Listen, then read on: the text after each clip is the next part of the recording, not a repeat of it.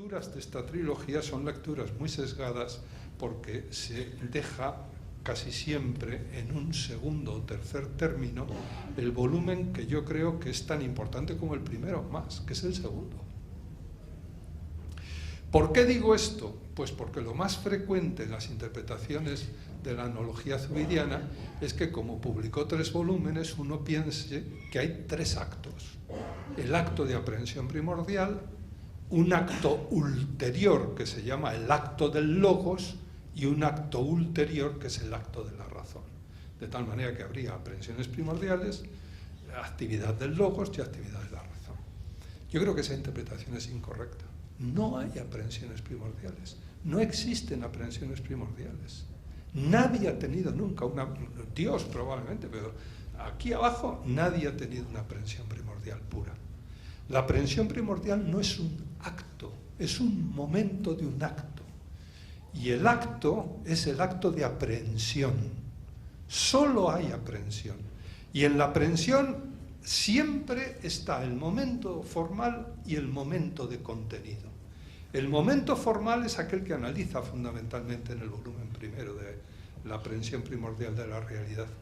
Porque el contenido ya no tiene la inmediatez. Claro que hay contenido en toda aprehensión primordial, pero el contenido, es decir, lo que él llama perceptos, y luego más los fictos y los conceptos, pertenecen siempre ya al orden del logos.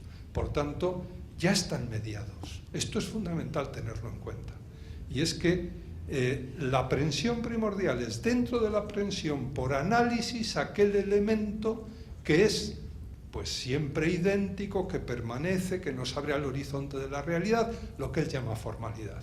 Ese es el momento en que Zubiri se hace fuerte. ¿Por qué se hace fuerte en ese momento? Porque no puede hacerse fuerte en nada más. La percepción está construida. ¿Cómo? Culturalmente, socialmente, tradicionalmente. Nadie ve nada impurius, sino que todo lo vemos mediado.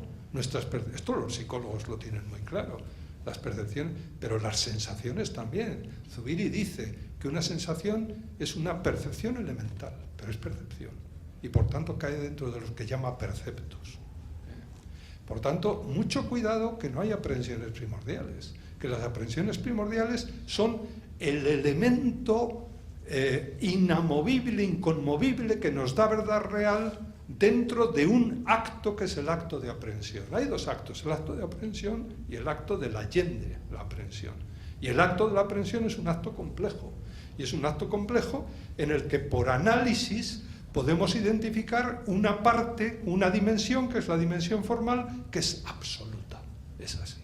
Es absoluta dentro de la contingencia del mundo, pero absoluta. Este absoluto contingente es lo que Zubiri llama sobre la esencia, y recuerdan ustedes, factual. Es decir, esa es la factualidad, es el factum por antonomasia, la aprehensión primordial de realidad. Pero mucho cuidado que los contenidos ya no tienen esa condición, y que todo contenido está construido y es histórico. Fíjense, no solamente es histórico, sino que además en el volumen segundo, analizando el teorema de Gödel, Zubiri lo que dice es que, claro, nosotros postulamos, hacemos el recorrido por la irrealidad para determinar los contenidos, y al postular, por ejemplo, la postulación matemática, y analiza precisamente el teorema de Gödel en el volumen segundo, dice Zubiri, claro, se produce un fenómeno curioso, que es el que vieron los matemáticos cuando intentaron formalizar completamente la matemática. En fin. Y además él, el año 31, está en Berlín con Zermelo, que es uno de los formalistas. Y uno de los formalistas que, cuando apareció el teorema de Gödel, se opuso radicalmente a Gödel. Y Zubiri, que vivió aquello, yo creo que se dio inmediatamente cuenta de lo que luego nos hemos dado cuenta todos, que Zermelo no tenía razón y que Gödel sí tenía razón. Es decir, esto lo vivió, y lo vivió en Alemania en su momento. Bueno, ¿y esto a qué da? Pues da lugar a que Zubiri diga, por ejemplo en el apéndice sobre Gödel que hay en el volumen segundo, que además coincide con una famosa conferencia que dio el año 46 en la Universidad de Princeton, con Gödel delante, que se titulaba, la conferencia del año 46, Le réel et le mathématique, un problème de philosophie. Lo real y la matemática. ¿Y qué es eso de lo real y la matemática? Cuando postulamos una postulación matemática, al final lo que construimos acaba teniendo propiedades que no proceden de la postulación, que superan la postulación. Esta es la interpretación que Zubiri hace del teorema de Gödel. Y dice Zubiri, ¿por qué sucede esto? Y dice, pues sucede porque postulamos desde la realidad y lo que construimos es un de suyo que en tanto que de suyo tiene más propiedades que las postuladas. Es decir, hay un plus de realidad. Y ese plus de realidad no puede venir dado por los postulados. Bueno, esto que se puede analizar en detalle y que lo tienen ustedes en el volumen segundo, es muy interesante. ¿Por qué? Pues porque demuestra que desde el punto de vista noológico, la realidad es inabarcable. Por mucho que construyamos, por mucho que postulemos, resulta que eso que postulamos acaba teniendo propiedades que no habíamos previsto en la postulación o que superan la postulación. No hay un proceso lineal. Es decir, la construcción por parte del logos es una construcción que no obedece a procesos lineales, sino a procesos complejos. Hay una complejidad noológica, y la complejidad noológica es que no podemos establecer sistemas lineales. Los sistemas son infinitamente más complejos. Las cosas que nosotros ponemos unos elementos y a partir de ahí construimos. Bueno, pues eso que construimos tiene propiedades que no derivan directamente de la postulación. Esto pasa en una novela, esto pasa en el Don Juan, esto pasa en Don Quijote, esto pasa en todo. Todo lo que construimos acaba teniendo propiedades que son más y distintas de aquellas propiedades que postulamos. Bueno, yo creo que este pequeño dato noológico es interesantísimo para poder analizar esto que yo llamaría la noología de la complejidad. ¿Y por qué? Porque, en fin, tenemos tendencia, el principio de economía del pensamiento de Ockham, a simplificar y a convertir los sistemas complejos en sistemas lineales.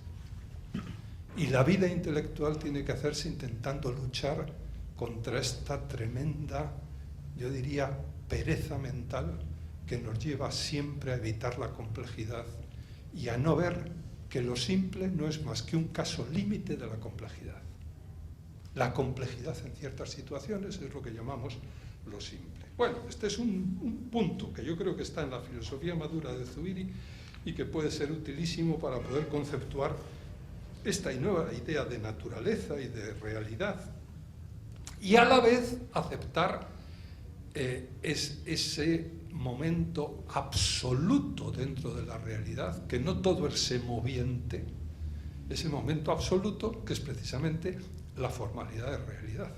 Lo que a mi modo de ver debe quedar muy claro es que en Zubiri no hay más momento absoluto que el de la formalidad de realidad y que en el orden de los contenidos no hay momentos absolutos. Pero en fin, esto lo podemos debatir porque comprendo que es complicado. Segundo punto, y acabo rápidamente. No solamente hay en la noología de Zubiri categorías que pueden ser muy útiles para conceptuar esto que la ciencia actual nos pone delante, que es el tema de la complejidad, sino que también lo hay en la metafísica de Zubiri. Es decir, pasemos de la noología a la metafísica propiamente dicha.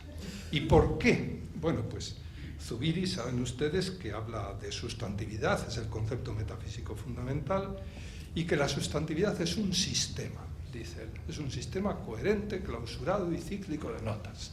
Es un sistema. El sistematismo es la característica fundamental de la realidad. Pero el sistema tiene características muy curiosas. Y es que las realidades tienen unas propiedades que se llaman propiedades sistemáticas. Zubiri lo dicen sobre la esencia. Es decir, saben ustedes que hay unas propiedades básicas, que son las llamadas propiedades constitutivas o esenciales, y luego están el sistema constitucional, que es el único que tiene sustantividad y que además de las propiedades elementales o constitutivas, tiene otras propiedades que llama sistemáticas. Las propiedades sistemáticas son propiedades de todo el sistema. Claro, esto es muy interesante porque uno tiende a pensar cuando lee sobre la esencia que también la relación entre propiedades elementales y propiedades sistemáticas es lineal y que por tanto desde unas propiedades elementales, pues al unirse esas propiedades elementales y formar una estructura clausurada y cíclica, surgen las propiedades sistemáticas y por tanto hacemos una lectura lineal de este proceso. Pero esto no está dicho que sea así, y es más, en Zuviría hay textos donde se ve claramente que esto no es así, que hay propiedades sistemáticas que no derivan directamente de los elementos constitutivos o de las propiedades básicas. Es decir, también esto se puede... ¿Por qué? Pues fíjense, por ejemplo, una propiedad sistemática es la estabilidad. No hay sustantividad sin estabilidad, pero no está dicho que con solo las notas que llama constitutivas o últimas se pueda crear un sistema estable. Esto se ve muy bien en química. Con los mismos elementos salen sistemas estables y sistemas no estables. Y además salen sistemas distintos. Por ejemplo, los plegamientos de las proteínas permiten dar 10 proteínas distintas a partir de unos mismos elementos según las circunstancias del conterno o del contexto en que se encuentren, ¿no? Por tanto, mucho cuidado. Que esas propiedades sistemáticas, por ejemplo, la estabilidad, es tan esencial al sistema como las notas constitutivas. No sé si esto se ve, esto es fundamental. Y fíjense, esto lo dice el propio Zubiri. No es que sea del todo coherente Zubiri en esto a lo largo de las páginas de Sobre la Esencia, pero hay textos donde lo dice muy claramente. En la página 513 de Sobre la Esencia dice: la esencia de un ser vivo es una estructura. Está claro, eso parece claro. Y dice inmediatamente después: la estructura es una unidad intrínseca expresada en propiedades sistemáticas. En el primer texto dice que la esencia de un ser vivo es una estructura. Y la segunda parte dice: la estructura es la unidad intrínseca expresada en propiedades sistemáticas. Lo cual quiere decir que las propiedades sistemáticas son esenciales. O tienen carácter esencial. No solamente tienen carácter esencial las propiedades llamadas últimas constitutivas en la línea de nota, sino que hay propiedades sistemáticas que pueden ser esenciales. ¿Por qué? Porque sin ellas no se constituye la sustantividad. Por ejemplo, la estabilidad. La estabilidad es esencial a un sistema, por ejemplo, químico.